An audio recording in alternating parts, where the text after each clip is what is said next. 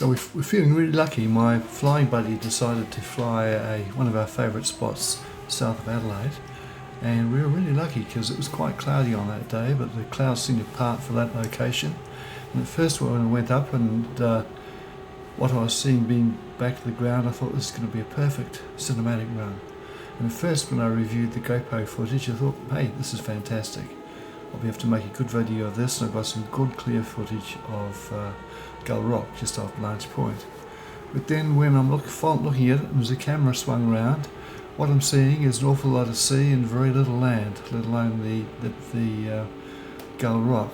Only as it came out a little bit further and dipped a bit am I getting some nice footage of the cliff, but almost all of it was just the land and the sky. So pretty disappointed with that. The problem was the GoPro mount wasn't too firm, and I think it moved back slightly.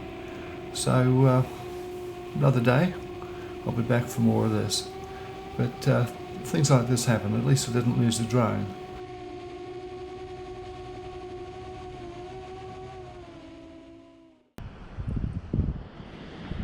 Just a bit of a problem with this one. I came down in the bush faster than I intended, and somehow it's just popped the motor off, the top of the motor off. So not happy with that, but fixable. Didn't lose anything else.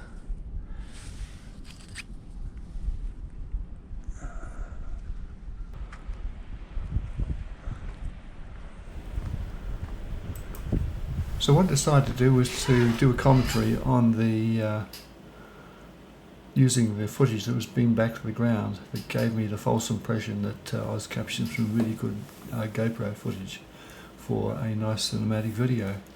But every flight you learn something.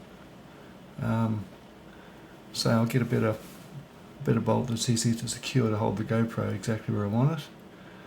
And as I say, I can fairly easily fix the motor. In fact, the top of the motor popped off when it hit that bush at the end of this flight. So you've already seen what happened, but I think it came down, motor still turning, enough force to displace the circlip, and that's what happened. But you look at this footage and you can understand why I was thinking, wow, this is looking really good.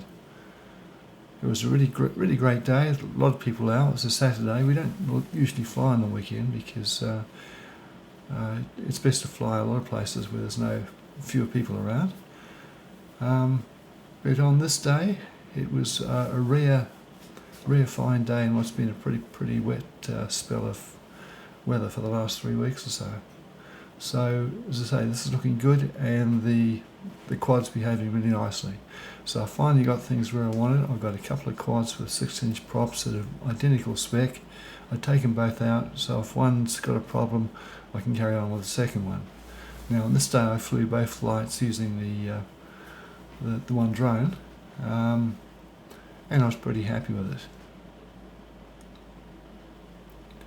That little rock at the end of the peninsula is usually covered in gulls. On a day like this with a lot of people around, including a couple of guys who swim out to the rock, the gulls go somewhere else. Sadly at the moment we're waiting to see what bird flu is going to do.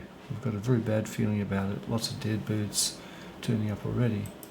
Okay, we're coming up onto a spot where I just about lost the drone. I've lost drones in this situation before, but with the stats I can see what's going on. Keep an eye on altitude right at the top left corner, and you'll see that it drops down below a metre, and then whiteout. There's no video reception. Fortunately the ELRS reception's still there, so I instinctively hit the throttle and up it came. So you see it come back out to about 2.5, rapidly climb to 40 metres or so. But it's too easy to do that sort of thing. That's another reason why it's really good to fly with an observer. I mean, you're watching this little dot, but the observer's better at picking up if you're going behind an obstacle or getting a bit low, as I did in that situation. But I really hadn't realised until afterwards. I thought at the time it might have been interference from the yacht that was offshore, but quite clearly it was me not quite realising I was about to go to line of sight. Again, the ELRS is fantastic for penetration, so you get a bit more warning. And it didn't end in tears. So just circling back down to land, feeling vaguely disconcerted because the video performance had been so strong. At that moment I wasn't, as I say, I didn't know what had happened. I thought it might have been interference. It was a lovely day, very little in the way of wind. Really fun watching some of the influences down on the cliff, the girls doing handstands and filming each other and that sort of thing.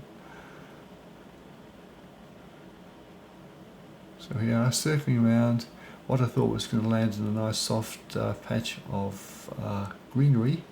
Turned out to have some sort of wiry looking bush on top of it, and I think that's what clipped the turning prop and popped the circlip off at the end. But I've had worse days, and it certainly keeps you on your toes and thinking about how you can do better next time. So I still had an enjoyable day.